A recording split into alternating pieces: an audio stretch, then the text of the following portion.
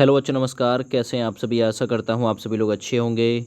हिंदी साहित्य से एक और महत्वपूर्ण वीडियो जिसमें आप लोगों को मोस्ट इम्पोर्टेंट क्वेश्चंस कवर कराऊंगा, जो कि आपके UP SI exam, UP police constable के एग्ज़ाम, यूपी जेल वार्डन के एग्ज़ाम और उन सभी परीक्षाओं में जिसमें हिंदी पूछी जाती है।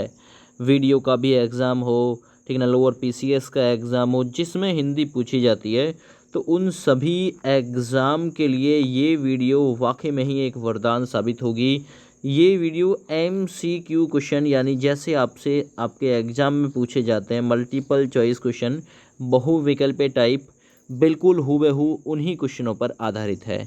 और एक एक क्वेश्चन बहुत ही बेहतरीन तरीके से यहाँ पे व्यवस्थित किया गया है। प्लस इसके साथ में प्रत्येक क्वेश्चन जिससे भी जुड़ा हुआ जो भी फैक्ट है ना उपयोगी लगेगा वो आप लोगों को बता दिया जाएगा। स्टार्ट करते हैं वीडियो को। वीडियो स्टार्ट करने से पहले आप सभी लोगों से हाथ जोड़कर विनम्र निवेदन है, प्लीज़ यूट्यूब चैनल को सब्सक्राइब करें, सपोर्ट करें, ताकि आगे भी आप लोगों को आपके काम की इन्फॉर्मेशन हमारे द्वारा दी जाती रहे। सबसे पहला सवाल है, हिंदी साहित्य के आरंभिक काल। आरंभ का मतलब प्रारंभ बोल दो, आरंभ बोल दो, शुरुआत बोल दो, है ना। तो हिंदी साहित्य के आरंभिक काल को आचार्य रामचंद्र शुक्ल ने क्या नाम दिया? आचार्य रामचंद्र शुक्ल ने क्या नाम दिया? सारे ऑप्शंस पढ़िए। आदिकाल बोला था, चारण काल बोला था, वीर गाथा काल बोला था, या फिर सिद्ध सामंत काल बोला था। तो आचार्य रामचंद्र शुक्ल ने हिंदी साहित्य के, ठीक ना, आरंभिक काल को वीर गाथा काल बोला था, है ना। वीर गाथा काल नाम दिया था। ये आदिकाल नाम किसने दिया था हिंदी साहित्य के प्रारंभिक काल को? तो यह नाम दिया था हजारी प्रसाद द्विवेदी ने, याद रखेगा। चारण काल जो नाम दिया था वो नाम दिया था डॉक्टर राम कुमार वर्मा, ठीक ना, डॉक्टर राम कुमार वर्मा।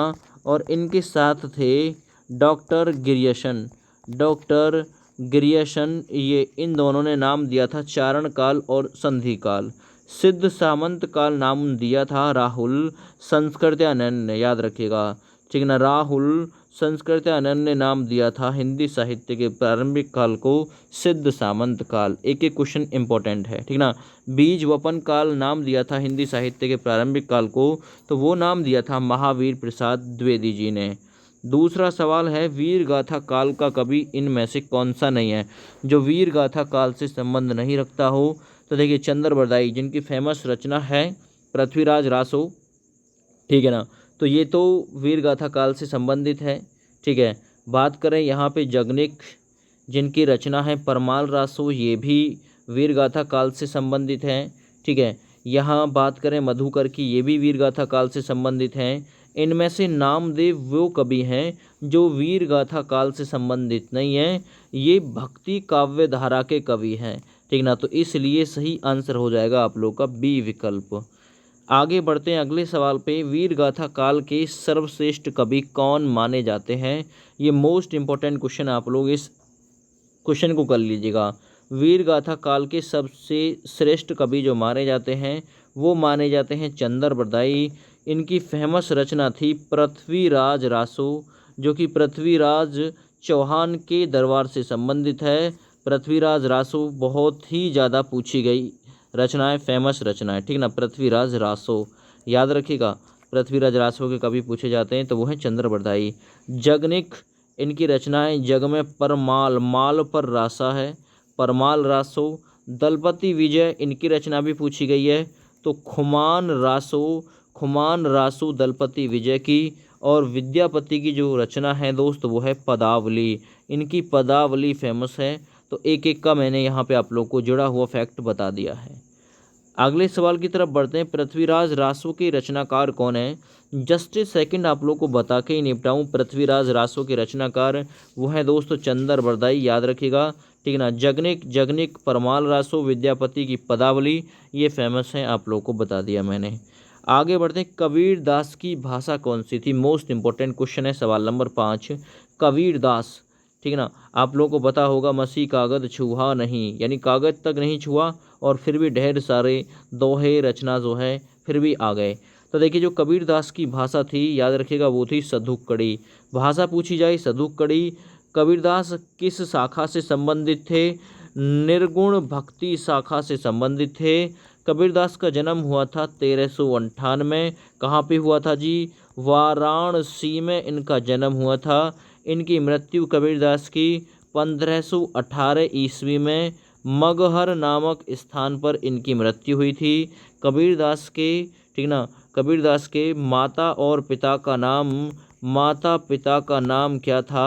ठीक ना, तो याद रखिएगा नीरू और नीमा नामक जुलाहा दंपत्ति ने इनका पालन पोषण किया था।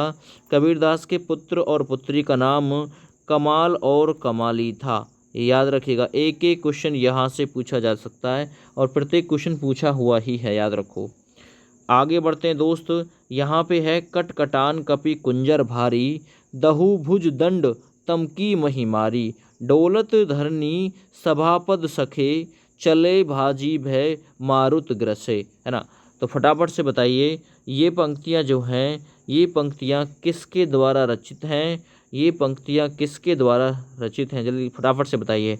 तो राइट आंसर हो जाएगा दोस्त, ये पंक्तियाँ तुलसीदास जी के द्वारा रचित हैं।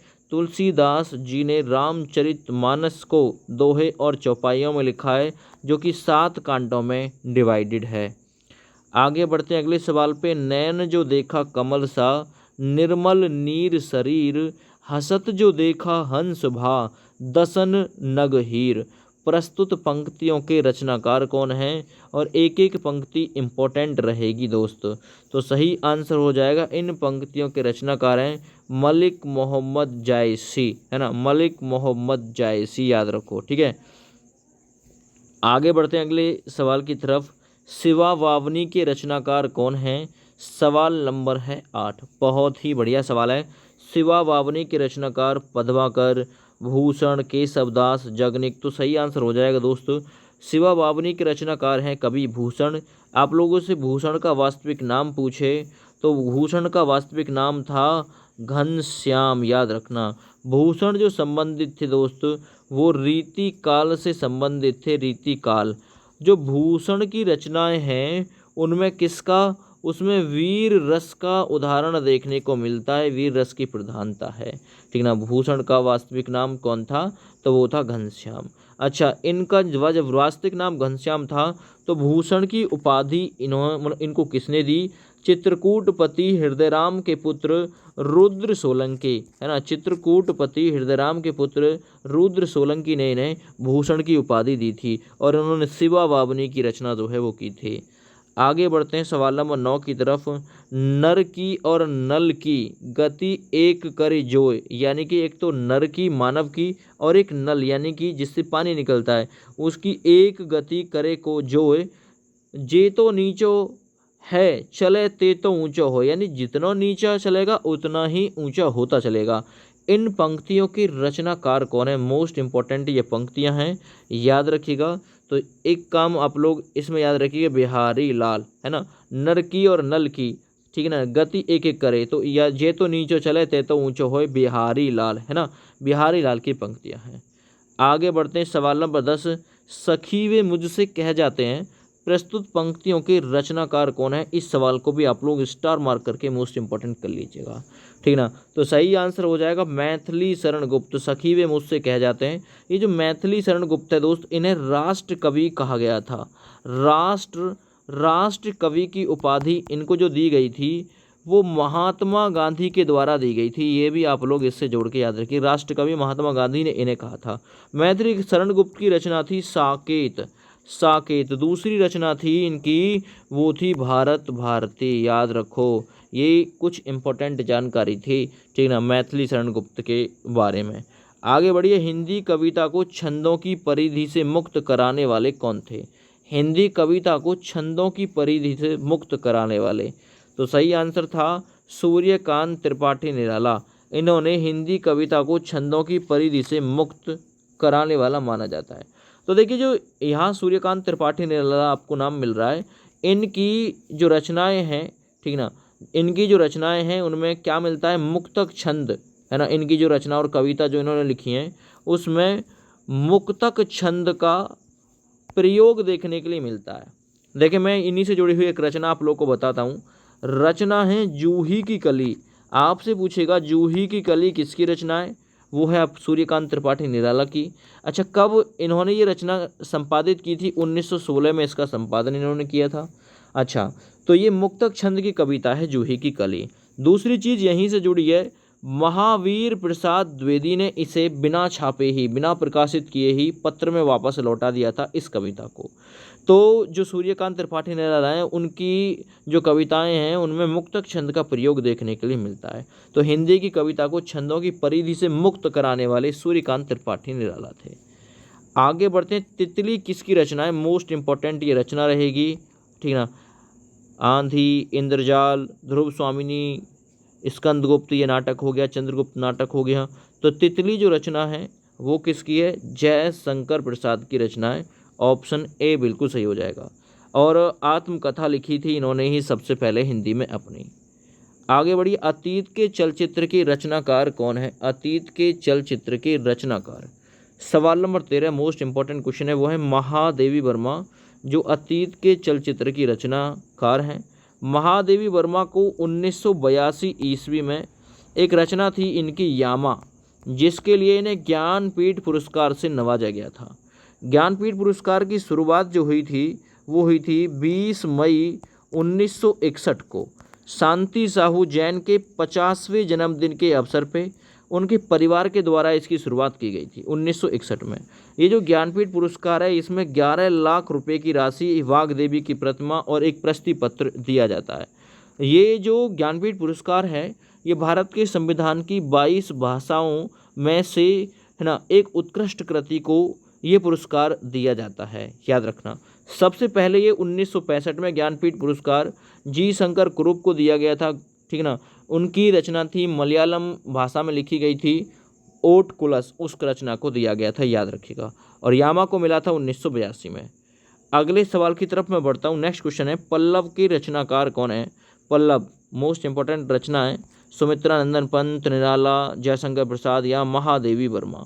इंपॉर्टेंट सवाल है, तो याद रखिएगा। हिंदी में पहली बार ज्ञानपीठ पुरस्कार दिया गया था 1968 में, है ना, 1968 में किसे दिया गया था, ठीक ना। तो याद रखिएगा सुमित्रा नंदन पंत पल्लव की रचनाकार है ना। और आपसे पूछे कि चिदम्बरा किसकी रचना है, ठीक ना, तो वो भी सुमित्रा नंदन पंत की रचना है जिसे ज्ञानपीठ पुरस्कार दिया गया था 1968 में। आगे बढ़ते हैं, चिंतामणि के रचनाकार कौन है, मोस्ट इंपॉर्टेंट क्वेश्चन है। चिंतामणि बहुत पूछी जाती है 12वीं लेवल में, रामचंद्र शुक्ल के द्वारा लिखी गई है चिंतामणि। आगे बढ़ते हैं सवाल नंबर 16 की तरफ, जन्मे जय का नाग यज्ञ किसकी कृति है। इंपॉर्टेंट सवाल है, जन्मे जय का नाग यज्ञ, तो याद रखिएगा ये कृति है जयशंकर प्रसाद जी की, है ना। जयशंकर, शंकर जी के गले में नाग, नाग यज्ञ, याद रखो, ठीक है। आगे बढ़ते हैं सवाल नंबर 17 पे, हम दीवानों की क्या हस्ती है, आज यहाँ कल वहाँ चले, मस्ती का आलम साथ चला, हम धूल उड़ाते जहाँ चले। इन पंक्तियों के रचनाकार कौन है, ये पंक्तियाँ मोस्ट इंपॉर्टेंट हैं, भगवती चरण वर्मा जी के द्वारा ये पंक्तियाँ रचित हैं, इसलिए बी ऑप्शन सही हो जाएगा। 18वें नंबर सवाल पर चलते हैं, निम्नलिखित में से सबसे पहले अपनी आत्मकथा हिंदी में किसने लिखी थी सबसे पहले। तो ऑलरेडी मैंने बता दिया है, डॉक्टर राजेंद्र प्रसाद, जिन्होंने सबसे पहले हिंदी में अपनी आत्मकथा लिखी थी। आगे आ जाइए, अबला जीवन हाय तुम्हारी यही कहानी, आंचल में दूध और आंखों में पानी, उपयुक्त पंक्तियों की रचना किस काव्य से संबंधित है। 19 नंबर सवाल, किस काव्य से संबंधित है ये, तो याद रखिएगा अबला जीवन हाय तुम्हारी यही कहानी, ये यशोधरा से संबंधित है। और जो यशोधरा, ठीक ना, जो रचना संबंधित है, ये जो काव्य है ये किससे संबंधित है, ये मैथिली शरण गुप्त से संबंधित है, मैथिली शरण गुप्त से संबंधित है, याद रखिएगा, ठीक ना। साकेत, ठीक ना, यशोधरा, ठीक ना, भारत भारती। आगे बढ़ते हैं अगले सवाल पे, हिमालय के आंगन में उसे प्रथम किरणों का दे उपहार, उषा ने हंस अभिवादन किया और पहनाया हीरे का हार। इन पंक्तियों की रचना किसने की थी, तो हिमालय के आंगन में उसे प्रथम दे किरणों का उपहार, इनकी रचना जयशंकर प्रसाद जी के द्वारा की गई थी दोस्त। इसी क्रम में आगे बढ़ते हैं सवाल नंबर 21 की तरफ, आंचलिक रचनाएं किससे संबंधित होती हैं? ये मोस्ट इंपॉर्टेंट क्वेश्चन है। वीडियो पसंद आ रही हो तो एक बार प्लीज़ वीडियो को लाइक ज़रूर कर दीजिएगा। देखिए, आंचलिक जो रचनाएं होती हैं वो किससे संबंधित होती हैं? तो क्षेत्र विशेष से संबंधित होती हैं, जिनका क्षेत्र से, है ना, विशेष रूप से लगाव रहता है आंचलिक रचनाओं का। आगे बढ़ जाइए। निर्गुण भक्ति काव्य का प्रमुख कवि कौन है? निर्गुण भक्ति काव्य, मैंने ऑलरेडी आप लोग को ये क्वेश्चन लिखा दिया है ना। कबीर दास जी, कबीर दास जी निर्गुण भक्ति शाखा के कवि थे, है ना। अगर मैं बात करूं कबीरदास की भाषा की, तो वो भाषा कौन सी थी? सधुकड़ी, सधुकड़ी उनकी रचना थी, है ना। कबीरदास का जन्म मैंने ऑलरेडी लिखा दिया 1398 ईस्वी वाराणसी में, मृत्यु 1518 ईस्वी मगहर नामक स्थान पे, है ना। माता पिता का नाम नीरू नीमा, ठीक ना। पुत्र और पुत्री का नाम कमाल कमाली था। निर्गुण भक्ति शाखा से संबंधित थे कबीरदास। और मैं बात करूं भाषा की तो वो थी सधुकड़ी। आगे बढ़िए। श्रद्धा किस कृति की नायिका है? मोस्ट इंपॉर्टेंट क्वेश्चन है ये। श्रद्धा, श्रद्धा और मनु, है ना, ये किस कृति की नायिका हैं? याद रखो। तो श्रद्धा दोस्त कामायनी, कामायनी किसके द्वारा रचित है? जयशंकर प्रसाद, जयशंकर प्रसाद जी के द्वारा रचित है कामायनी। भाषा पूछी जा सकती है कामायनी की, तो वो है खड़ी बोली, खड़ी बोली, याद रखो, है ना। जयशंकर प्रसाद की रचना है कामायनी, आंधी, इंद्रजाल, है ना, इस प्रकार से।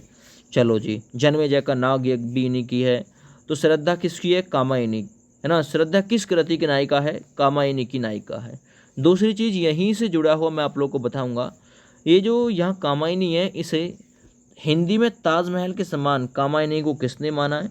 तो सुमित्रा नंदन पंत, सुमित्रा नंदन पंत ने हिंदी में इसे ताजमहल के समान माना है, ताजमहल के समान माना है। अच्छा, इसे छायावाद का उपनिषद, छायावाद का उपनिषद किसने कहा है? ठीक ना, कामायनी को छायावाद का उपनिषद। तो याद रखिएगा, शांति प्रिय द्विवेदी, शांति प्रिय द्विवेदी ने इन्हें इसे क्या नाम दिया है? इसे छायावाद का उपनिषद कहा है कामायनी को। कामायनी की भाषा खड़ी बोली है, इंपॉर्टेंट क्वेश्चन है। अच्छा, जयशंकर प्रसाद छायावादी कवि हैं, छायावाद का प्रारंभ इन्हीं से माना जाता है। सवाल नंबर 24 पे आ जाइए। तरवर फल नहीं खात है, तरवर का मतलब वृक्ष, वृक्ष फल नहीं खाता। सरवर पिए न पान, सरवर का मतलब सरोवर, पान नहीं पीता, यानी पानी नहीं पीता। प्रस्तुत पंक्तियों के रचनाकार कौन हैं? तो तरवर फल नहीं खात है, सरवर पिए न पान, इन पंक्तियों के रचनाकार दोस्त रहीम दास जी हैं। एक बार वीडियो पसंद आ रही हो तो लाइक ज़रूर कर दीजिएगा, बहुत मेहनत लगाया है इस वीडियो को आप लोगों तक पहुंचाने में। तरनी तनुजा तट तमाल, है ना, तरवर छाए, ये पंक्तियां अनुप्रास अलंकार की हैं। प्रस्तुत पंक्तियों के रचनाकार कौन हैं? ये क्वेश्चन इसलिए भी इम्पोर्टेंट हो जाता है क्योंकि इन पंक्तियों के रचनाकार भी पूछता है और इस पंक्ति में जो पूछता है वो पूछता है अलंकार। तो तरनी तनुजा तट तमाल तरवर बहु छाए, भारतेंदु हरिश्चंद्र जो कि आधुनिक युग के, है ना, प्रारंभ के कवि माने जाते हैं। आगे बढ़िए। बुंदेले हर बोलो के मुँह हमने सुनी कहानी थी, खूब लड़ी मर्दानी वो तो झांसी वाली रानी थी।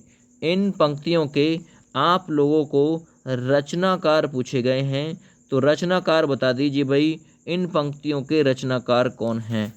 ठीक है। सवाल नंबर 26 सही आंसर जाएगा सुभद्रा कुमारी चौहान, है ना, इन्हों के द्वारा रचित हैं ये पंक्तियाँ। आगे बढ़ते हैं। मुझे तोड़ लेना बनमाली, उस पथ पर देना तुम फेंक, मातृभूमि पर सीट सड़ाने, जिस पथ पर जावे वीर अनेक। 37 नंबर सवाल है ये, है ना। कौन सा नंबर है?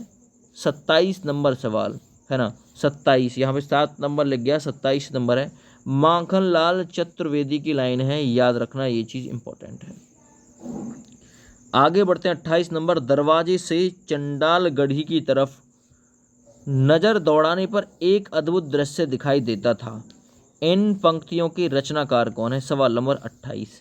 तो याद रखिएगा, दरवाजे से चंडाल गढ़ी की तरफ नज़र दौड़ाने पर एक अद्भुत दृश्य दिखाई देता था। इन पंक्तियों के रचनाकार हैं राहुल संस्कृतनन। आगे बढ़ते हैं। भूषण की कविता का प्रधान स्वर क्या है? भूषण के बारे में मैंने बताया था, रीतिकाल के कवि। वीर रस की प्रधानता आप लोगों को देखने के लिए मिलती है। और यहाँ क्वेश्चन आप लोगों से पूछा है भूषण की कविता का प्रधान स्वर, तो वो था प्रस्ति परक स्वर। 29 के लिए बी सही हो जाएगा। भूषण को भूषण की उपाधि से सम्मानित किया था चित्रकूटपति हृदयराम के पुत्र रुद्र सोलंकी के द्वारा। भूषण का वास्तविक नाम था दोस्त, वो नाम था घनश्याम। याद रखो, एक एक पॉइंट इंपॉर्टेंट होगा। आगे बढ़ते हैं। अपभ्रंश में कृष्ण काव्य के प्रणेता कौन है? अपभ्रंश में आपसे पूछे तो अपभ्रंश में कृष्ण काव्य के प्रणेता पुष्पदंत। उपयोगी क्वेश्चन, सही आंसर ए ऑप्शन। 31 नंबर, प्रथम सूफी प्रेम ख्यानक काव्य के रचनाकार। उपयोगी सवाल है, प्रथम सूफी प्रेम ख्यानक काव्य के रचनाकार कौन है? तो सही आंसर जाएगा मुल्ला दाऊद। ऑप्शन यहाँ पे सी सही हो जाएगा। 32 नंबर सवाल पे आ जाइए। हिंदी के पहले गद्यकार कौन थे? 32 नंबर सवाल, हिंदी के पहले गद्यकार कौन थे? ठीक है ना, उपयोगी सवाल है। तो हिंदी के पहले गद्यकार थे लल्लू लाल। लल्लू लाल की रचना थी दोस्त प्रेम सागर, है ना, प्रेम सागर, याद रखिएगा। हिंदी के पहले गद्यकार थे ये। अगले सवाल पे आ जाइए। हिंदी के सर्वप्रथम प्रकाशित पत्र का नाम क्या है? सवाल नंबर 33। तो हिंदी के सर्वप्रथम प्रकाशित पत्र का नाम क्या है? तो उस पत्र का नाम दोस्त उदंड मार्तंड है। उदंड मार्तंड, याद रखो। ये जो उदंड मार्तंड यहाँ पे लिखा हुआ है, इसका शाब्दिक अर्थ क्या होता है? वो होता है समाचार सूर्य। क्या होता है? समाचार सूर्य, या बिना दांत का। क्या? बिना दांत का। या दूसरा बाल सूर्य। बाल सूर्य। उदंड मार्तंड के ये अर्थ हैं 3। उदंड मार्तंड का जो प्रकाशन हुआ था दोस्त, वो हुआ था 30 मई 1826 ईस्वी में। उदंड मार्तंड का प्रकाशन हुआ था 30 मई 1826 ईस्वी में। अब ये कहाँ से हुआ था इसका? ये हुआ था दोस्त कलकत्ता से इसका प्रकाशन हुआ था 30 मई 1826 ईस्वी में। ठीक है ना, तो पूछ सकता है आप लोगों से इस क्वेश्चन से जुड़े हुए फैक्ट भी। आगे बढ़ते, छायावाद के प्रवर्तक का नाम क्या है? उपयोगी सवाल है। छायावाद के प्रवर्तक का नाम, सारे ऑप्शंस आपके सामने हैं। सुमित्रानंद पंत, श्रीधर पाठक, मुकुटधर पांडे या फिर जयशंकर प्रसाद। तो देखिए सही आंसर हो जाएगा, छायावाद के प्रवर्तक का नाम है जयशंकर प्रसाद, याद रखो। अगले सवाल पे चलते हैं। प्रगतिवाद उपयोगितावाद का दूसरा नाम है। प्रगतिवाद उपयोगितावाद का दूसरा नाम है, यह कथन किसका है? सवाल नंबर 35। तो सही आंसर हो जाएगा इसका नंद दुलारे वाजपेयी का कथन है, प्रगतिवाद उपयोगितावाद का दूसरा नाम है। 36 नंबर, प्रेमचंद के अधूरे उपन्यास का नाम क्या है दोस्तों? तो याद रखना, प्रेमचंद के अधूरे उपन्यास का नाम है मंगलसूत्र। क्या नाम है? मंगलसूत्र। और एक तो प्रेमचंद का अधूरा उपन्यास है, एक दोस्त जयशंकर प्रसाद का भी अधूरा उपन्यास रहा है ना। जयशंकर प्रसाद का अधूरा उपन्यास कौन सा था? इरावती। इरावती, याद रखो, ये जयशंकर प्रसाद का अधूरा था। और प्रेमचंद का अधूरा मंगलसूत्र था। आगे बढ़ते, रामधारी सिंह दिनकर को भारतीय ज्ञानपीठ पुरस्कार प्राप्त हुआ किस रचना पे? ज्ञानपीठ पुरस्कार की शुरुआत है ना 1961 में हुई थी, है ना, 1961 में इसकी शुरुआत हुई थी। और शांति साहू जैन के 50वें जन्मदिन के अवसर पर इसकी शुरुआत हुई। 11 लाख रुपए की राशि प्रशस्ति पत्र, वाग्देवी की प्रतिमा दी जाती है। तो याद रखिएगा, इन्हें रचना जो थी वो थी उर्वशी। उर्वशी रचना पे 1972 में इन्हें पुरस्कार दिया था ज्ञानपीठ। कुरुक्षेत्र जो इनकी रचना थी उसे आधुनिक युग की गीता कहा गया, कुरुक्षेत्र को। तो रामधारी सिंह दिनकर को ये पुरस्कार प्राप्त हुआ था उर्वशी रचना पे। आगे आइए अगले सवाल पे। हिंदी साहित्य के इतिहास के सबसे पहले लेखक का नाम क्या है? उपयोगी सवाल कर दीजिएगा इसे। हिंदी साहित्य के इतिहास के सबसे पहले लेखक का नाम है गारसादा तासी, याद रखो। अगले सवाल पे आते हैं। पद्मावत किसकी रचना है? एक और उपयोगी क्वेश्चन, पद्मावत, है ना, पूछा जाता है। तो याद रखिएगा, जो पद्मावत रचना है दोस्त, वो रचना है मलिक मोहम्मद जायसी की। ऑप्शन डी सही है। 40 नंबर सवाल, वैताल पच्चीसी के रचनाकार कौन है? उपयोगी सवाल है। वैताल पच्चीसी के रचनाकार, तो सही आंसर हो जाएगा सूरती मिश्र। ऑप्शन यहाँ पे डी सही हो जाएगा। चलिए जी, वैताल पच्चीसी क्लियर हो गया। अब आ जाते हैं सवाल नंबर 41 पे। सुहाग के नुपुर के रचयिता कौन है? ये भी उपयोगी सवाल है, एक एक पॉइंट उपयोगी है इस वीडियो का पूरा, है ना। तो देखिए सही आंसर हो जाएगा 41 नंबर के लिए सी ऑप्शन, अमृतलाल नागर। ये सुहाग के नुपुर के रचनाकार हैं। आगे बढ़ते, संस्कृति के 4 अध्याय ये किसकी रचना है? संस्कृति के 4 अध्याय, ये क्वेश्चन भी स्टार मार्क कर दिया, उपयोगी है। 42 नंबर सवाल सही आंसर हो जाएगा रामधारी सिंह दिनकर की रचना है संस्कृति के 4 अध्याय, ठीक ना, उर्वशी, कुरुक्षेत्र आदि। आगे बढ़ते हैं। अशोक के फूल जो कि एक काव्य संग्रह है, इसके रचनाकार कौन है? सवाल नंबर 43। तो याद रखिएगा अशोक के फूल के रचनाकार हैं आचार्य हजारी प्रसाद द्विवेदी, है ना। और इनकी एक रचना भी है कुटज, फेमस कुटज, ये भी फेमस रचना है आचार्य हजारी प्रसाद द्विवेदी की, ठीक है। आगे बढ़ते हैं अगले सवाल पे। झरना जो कि एक काव्य संग्रह है, ठीक ना, लहर, झरना, है ना। तो जो झरना है जो कि एक काव्य संग्रह है, इसके रचनाकार कौन है?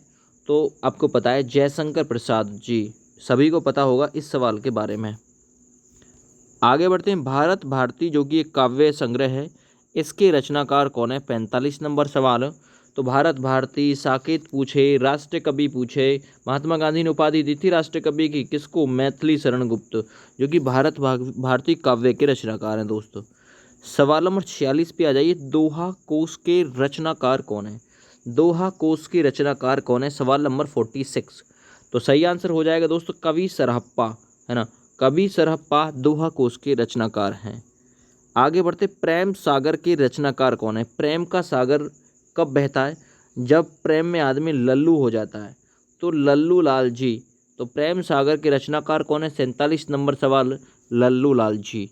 आगे बढ़ते अगले सवाल पे। पंच परमेश्वर कहानी के लेखक कौन हैं? पंच परमेश्वर कहानी के रचनाकार। तो सही आंसर हो जाएगा पंच परमेश्वर, सौत, बूढ़ी काकी, कफन, ठाकुर का कुआं, नमक का दरोगा, बड़े घर की बेटी, शंखनाद। तो ये मुंशी प्रेमचंद की कहानी है, याद रखिएगा। आगे बढ़ते हैं आगे। तोड़ती पत्थर जो कि एक कविता है, इसके कवि कौन हैं? 49 नंबर सवाल। तो सही आंसर हो जाएगा तोड़ती पत्थर कविता के कवि हैं सूर्यकांत त्रिपाठी निराला। जूही की कली इन्हीं से संबंधित है, 1916 में प्रकाशित हुई थी। महावीर प्रसाद द्विवेदी ने बिना प्रकाशित किए ही लौटा दी थी, याद रखो। आगे बढ़ते हैं। हार की जीत कहानी के कहानीकार कौन है? सवाल नंबर 50। हार की जीत कहानी के कहानीकार हैं सुदर्शन जी। तो सवाल नंबर 50 में ए ऑप्शन सही हो जाएगा दोस्तों। आगे बढ़ते। रानी केतकी की कहानी, है ना, जो कि हिंदी की पहली कहानी है रानी केतकी की कहानी, इसके रचनाकार कौन है? उपयोगी सवाल है। तो वह इंसा अल्लाह खां, है ना, इंसा अल्लाह खां रानी केतकी की कहानी के रचनाकार हैं। आगे बढ़ते। शिव शंभू के चिट्ठे से संबंधित रचनाकार कौन है? शिव शंभू के चिट्ठे। तो सवाल नंबर 52 के लिए सही आंसर हो जाएगा बाल मुकुंद गुप्त। शिव शंभू के चिट्ठे से संबंधित रचनाकार हैं।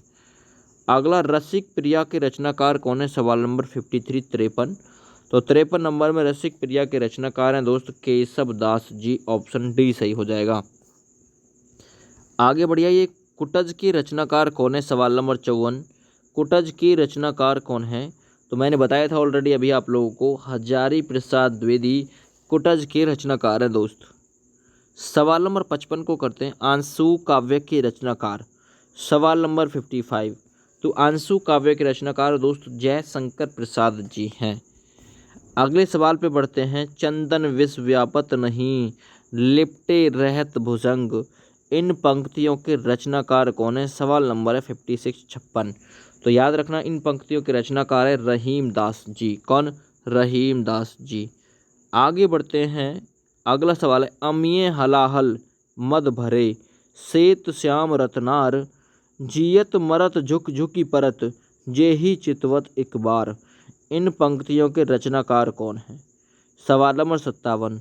तो देखिए अमिये हलाहल, है ना, उससे याद रखो मद भरे, रसलीन है इनके रचनाकार, और ऊपर भी रस पूरी तरीके से भरा हुआ इन पंक्तियों में। आगे बढ़ते हैं। जब जब होए धर्म की हानि, बढ़े असुर अभिमानी, प्रस्तुत पंक्तियों के रचनाकार कौन है? सवाल नंबर 58। तो सही आंसर हो जाएगा तुलसीदास जी हैं इन पंक्तियों के रचनाकार। आगे बढ़ते हैं। परहित सरस धर्म नहीं भाई, पर पीड़ा सम नहीं अधमाई, प्रस्तुत पंक्तियों के रचनाकार कौन है ना। तो परहित सरस धर्म नहीं भाई, पर पीड़ा सम नहीं अधमाई, इन पंक्तियों के रचनाकार हैं तुलसीदास जी। आगे बढ़ जाइए। रक्त है या है नसों में क्षुद्र पानी, जांच कर तू शीश दे देकर जवानी। प्रस्तुत पंक्तियों के रचनाकार कौन हैं? तो इन पंक्तियों के रचनाकार है दोस्तों माखन लाल चतुर्वेदी जी। अगले सवाल पे आ जाते हैं। 60 नंबर के लिए ए विकल्प सही हो जाएगा। 61 नंबर सवाल, अगला सवाल है, दिवसावसान का समय, मेघ में आसमान से उतर रही वह संध्या सुंदर परी सी धीरे धीरे। प्रस्तुत पंक्तियों के रचनाकार कौन है? 61 नंबर सवाल। सही आंसर हो जाएगा इसका है सूर्यकांत त्रिपाठी निराला। और देखिए सुंदर परी सी, दिवसान यानी सुबह का समय है तो उसी से याद रख लो, सूर्य है ना, सूर्य से जुड़ी हुई संध्या सुंदर परी सी। सूर्य का अंत यानी सूर्य का अंत हो रहा है, वह संध्या सुंदर परी सी धीरे धीरे नीचे उतर रही है। आगे बढ़िए। सांच बराबर तप नहीं, झूठ बराबर पाप। इन पंक्तियों के रचनाकार कौन है? सवाल नंबर 62। तो इन पंक्तियों के रचनाकार है दोस्त कबीर दास जी। आगे बढ़ जाइए। अष्टछाप के सर्वश्रेष्ठ भक्ति कवि के रूप में किसका नाम लिया जाता है? अष्टछाप में 8 कवि थे। सूरदास जी, कुम्भन दास, परमानंद दास, कृष्णदास। ये वल्लभाचार्य के शिष्य थे। सूरदास, कुम्भन दास, परमानंद दास और कृष्णदास, 8 कवि थे ना अष्टछाप में। गोविंद स्वामी, नंददास, छीत स्वामी, चतुर्भुज दास, ये विठलनाथ के शिष्य थे। तो इनमें सर्वश्रेष्ठ जो नाम लिया जाता है वो नाम दोस्त सूरदास का लिया जाता है। ऑप्शन बी सही हो जाएगा। आगे बढ़ते हैं। रामचरितमानस की भाषा क्या है? रामचरितमानस जो कि 7 कांडों में डिवाइडेड है और उसकी भाषा है दोस्त अवधी, याद रखना है ना। जो तुलसीदास, रामचरितमानस के रचनाकार कौन है? तुलसीदास ने अवधी भाषा और ब्रज भाषा दोनों में रचना की थी, क्योंकि इनकी ब्रज भाषा की फेमस रचना है विनय पत्रिका। विनय पत्रिका इन्होंने ब्रज भाषा में लिखी थी। रामचरितमानस जो है अवधी भाषा में, जो 7 कांडों में डिवाइडेड है, दोहा चौपाइयों में लिखी गई है, जिसमें 7 कांडों में बाल कांड, अयोध्या कांड, अरण्य कांड, किष्किंधा कांड, ठीक है ना, सुंदर कांड, लंका कांड और उत्तर कांड शामिल थे। आगे बढ़िए। भूषण किस रस के कवि थे? मैंने आपको बताया था भूषण के बारे में ऑलरेडी पहले ही। भूषण के बारे में मैंने बताया था रीति काव्य से संबंधित थे। वीर रस का उदाहरण देखने को मिलता है इनकी कविताओं में, इनकी रचनाओं में, ठीक है ना। चित्रकूटपति हृदयराम के पुत्र रुद्र सोलंकी ने इन्हें भूषण की उपाधि दी थी। वास्तविक नाम इनका घनश्याम था। अगले सवाल पे आ जाइए। सवाल नंबर 66। हिंदी का आदि कवि किसे माना जाता है? ये भी मोस्ट इंपॉर्टेंट क्वेश्चन है। आदि कवि, तो स्वयंभू को हिंदी का आदि कवि माना जाता है। आदि का मतलब होता है प्रारंभिक कवि। आगे बढ़िए। रामचरितमानस में कितने कांड हैं? ऑलरेडी अभी बताया मैंने रामचरितमानस के बारे में। बाल कांड, अयोध्या कांड, ठीक है ना, अरण्य कांड, किष्किंधा, सुंदर, लंका और उत्तरकांड, यानी ऑल कांड कितने हैं? 7। आगे बढ़ते हैं अगले सवाल की तरफ। निम्नलिखित में से कौन सा एक व्यंग लेखक है? एक व्यंग लेखक इनमें से कौन सा है? तो वह है हरिशंकर परसाई, जो कि एक व्यंग लेखक माना जाता है दोस्त। आगे बढ़ते हैं। आपका बंटी रचना के प्रधान समस्या को उजागर करने वाले विकल्प को चुनिए। आपका बंटी रचना के प्रधान समस्या, इसमें प्रधान समस्या क्या थी आपका बंटी रचना में? तो वो थी तलाक से जुड़ी हुई बाल समस्या। आगे बढ़ते हैं। हिंदी पत्रिका कादम्बनी के संपादक कौन थे? ये जो कादम्बनी पत्रिका थी वर्ष 1881 में इसका संपादन हुआ था। बद्री नारायण चौधरी ने मिर्ज़ापुर यूपी से इसका संपादन किया था। मिर्ज़ापुर यूपी से, याद रखना। आगे बढ़ते हैं। दिनकर किस रस के कवि माने जाते हैं? दिनकर, है ना। सवाल नंबर 71 सही आंसर हो जाएगा। दिनकर दोस्त वीर रस के कवि माने जाते हैं, वीर रस के। आगे बढ़ते हैं। निराला को कैसा कवि माना जाता है? मोस्ट इंपॉर्टेंट ये क्वेश्चन रहेगा, एक बार शेयर कर देंगे आप सभी लोग। जो निराला थे दोस्त, इन्हें माना जाता था क्रांतिकारी कवि के रूप में। आगे बढ़ते हैं। निम्नलिखित में से कौन सा एक उपन्यास जैनेन्द्र कुमार के द्वारा रचित है? 73 नंबर सवाल। सही आंसर हो जाएगा परख। परख उपन्यास जैनेन्द्र कुमार के द्वारा रचित है। बी ऑप्शन सही है। आगे बढ़िए। हिंदी गद्य का जन्मदाता किसे माना जाता है? सवाल नंबर 74। तो हिंदी गद्य का जन्मदाता दोस्त भारतेंदु हरिश्चंद्र को माना जाता है, ठीक है। 74 नंबर में सी सही है।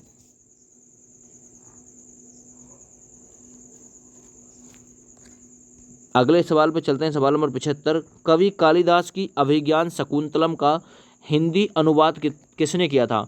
एक और क्वेश्चन जो कि मोस्ट इम्पोर्टेंट है, 75 नंबर सवाल सही आंसर हो जाएगा। राजा लक्ष्मण सिंह ने हिंदी अनुवाद किया था कालिदास की रचना अभिज्ञान शकुंतलम रघुवंशम, इन्हीं की रचना है। आगे आइए, किस काल को स्वर्ण काल कहा जाता है हिंदी में? अगर आपको जीके में पूछा जाए तो जीके का आपका हो जाएगा गुप्त काल, जो कि स्वर्ण काल कहा जाता है। लेकिन हिंदी में पूछा जाए तो हिंदी के दोस्त भक्ति काल को स्वर्ण काल की संज्ञा दी जाती है। आ जाइए आगे, सूरदास के गुरु कौन थे? एक और मोस्ट इंपॉर्टेंट क्वेश्चन जो एग्जामिनर पूछ चुका है। सूरदास के गुरु का नाम था वल्लभाचार्य, याद रखना है ना, वल्लभाचार्य। आगे बढ़ते हैं, कामायनी किस प्रकार का ग्रंथ है? एक और उपयोगी सवाल, सवाल नंबर 78। तो 78 नंबर में दोस्त सही आंसर हो जाएगा, कामायनी जो है वो एक महाकाव्य है, याद रखिएगा, ठीक है ना। खड़ी बोली है जयशंकर प्रसाद की रचना है इसकी। आगे बढ़ते हैं, गागर में सागर यानी कि कम शब्दों में अधिक कहना। गागर में सागर भरने का जो कार्य किया था वो किस कवि ने किया था? तो वो कवि बिहारी ने, है ना, गागर में सागर भरने का काम किया था दोस्त। 80 नंबर सवाल देखिए, महाभोज रचना की प्रधान समस्या को उजागर करने वाले विकल्प को चुनिए, है ना। महाभोज रचना की प्रधान समस्या क्या थी? तो उसमें प्रधान समस्या थी दोस्त राजनीतिक समस्या, याद रखो। आगे बढ़ते हैं, वापसी किस विद्या में लिखी गई? ये सबसे पहले तो ये पूछ सकता है वापसी किसकी कहानी है ना। 81 नंबर सवाल है, तो जो वापसी है दोस्त वो ऊषा प्रियवंदा की कहानी है। ऊषा प्रियवंदा की कहानी है वापसी, है ना। तो ये क्या है? एक कहानी है। ऑप्शन यहाँ पे 81 नंबर के लिए बी सही है। आगे बढ़ते हैं, तोड़ती पत्थर कैसी कविता है? इंपॉर्टेंट क्वेश्चन है। जो तोड़ती पत्थर है दोस्त ये सूर्यकांत त्रिपाठी निराला की रचना है ना। तोड़ती पत्थर आखिर ये है क्या? यथार्थवादी कविता है, याद रखिएगा। आगे बढ़ते हैं, फणीश्वर नाथ रेणु, है ना। तीसरी कसम उर्फ मारे गए गुलफाम, इन्हीं की रचना है, जिसपे तीसरी कसम नामक फिल्म बन चुकी है। तीसरी कसम उर्फ मारे गए गुलफाम, तीसरी कसम नामक फिल्म भी बन चुकी है। अच्छा, तो ये कहाँ से संबंधित थे? तो सही आंसर है बिहार राज्य से संबंधित थे फणीश्वर नाथ रेणु जी। आगे बढ़ते हैं अगले सवाल की तरफ, विद्यापति की पदावली की भाषा कैसी है ना। सवाल नंबर 84, तो सही आंसर हो जाएगा विद्यापति की पदावली की भाषा है मैथिली, याद रखना। भारत के संविधान में 22 भाषाएं हैं इस समय। उग्र किसको कहा जाता था? उग्र, याद रखिएगा, उपयोगी सवाल है। तो पांडे बेचैन शर्मा को, है ना, उग्र कहते थे, याद रखना। पांडे बेचैन शर्मा उग्र, इनके पीछे नाम के उग्र लगता था। 86, बिहारी किस राजा के दरबारी कवि थे? उपयोगी सवाल हो जाएगा। सवाल नंबर 86, जो बिहारी थे दोस्त वो राजा जयसिंह के दरबारी कवि थे, उपयोगी है। सवाल नंबर 87 देखिए, शेष कादम्बरी के रचनाकार कौन है?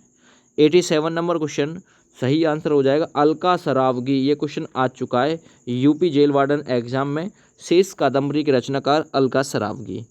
आगे पूछिए, राग दरबारी जो कि एक उपन्यास है, इसके रचनाकार कौन है? राग दरबारी उपयोगी सवाल है, श्री लाल शुक्ल, है ना। ये एक उपन्यास है जिसके रचनाकार है दोस्त वो हैं लाल शुक्ल। अच्छा, एक और सवाल, पूस की रात, पूस की रात कहानी के रचनाकार। अब पूस की रात हो गया, नमक का दरोगा, बड़े घर की बेटी, सौत, कफन, ठाकुर का कुआं, शंखनाद, बड़े घर की बेटी, बूढ़ी काकी, है ना। ये सभी कहानी मुंशी प्रेमचंद की कहानी है, याद रखिएगा। आगे बढ़ते हैं 90 नंबर सवाल पे, ध्रुव स्वामिनी नाटक के रचनाकार कौन है? ध्रुव स्वामिनी, स्कंदगुप्त, चंद्रगुप्त, इस नाटक के रचनाकार दोस्त सही आंसर हो जाएगा जयशंकर प्रसाद, है ना। ये उपयोगी सवाल थे इस वीडियो के, 90 सवाल थे प्लस फैक्ट थे। तो ओवरऑल मिला के क्वेश्चनों की संख्या 150 को पार कर जाएगी। इसी प्रकार से आप लोग को हमारे आगे के पार्ट भी मिलते रहेंगे। 90 क्वेश्चन करा दिए हैं, इससे आगे के क्वेश्चन अगली शाम मिलेंगे आप लोगों को, है ना। प्रत्येक दिन आप लोगों को हमारे यूट्यूब चैनल के माध्यम से शाम 8:30 बजे एक वीडियो मिलती है जिसमें हम बहुत ही बेहतरीन तरीके से आपकी तैयारी कराते हैं। फिलहाल जय हिंद, वंदे मातरम।